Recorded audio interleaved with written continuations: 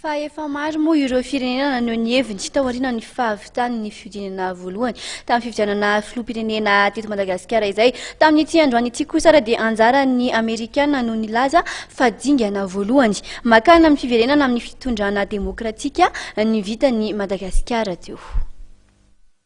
Ankoatra ny fiarabana ny vahoaka malagasy tamin'ny fandraisany anjara tao anaty filaminana tamin'ny fifidianana filoham-pirenena fiodinana voalohany dia nambaran'ny États-Unis tao anatin'ity fanambarana nataony androany ity ihany koa fa izany fifidianana manatantara izany no dingana voalohany makany amin'ny fiverenana amin'ny fitondrana demokratika eto Madagasikara.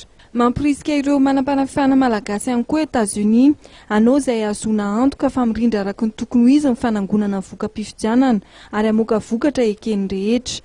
Efa ela loatra ny vahoaka malagasy no nijaly noho ny faharavana ara-tsosialy sy ara-toe-karena nateraky ny fanonganam-panjakana tamin'ny taona 2004.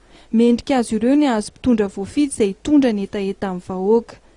Mbola nampiseho ny fahavonona ny ara-iasany vahoaka malagasy États-Unis ary nanambara fa izy no mbola mitana ny toerana mampamatsy vola mivantana misongadina indrindra ho an'ny Madagasikara satria saika mahatratra $70 ny fanampiana tolony nandritra ny taona 2014.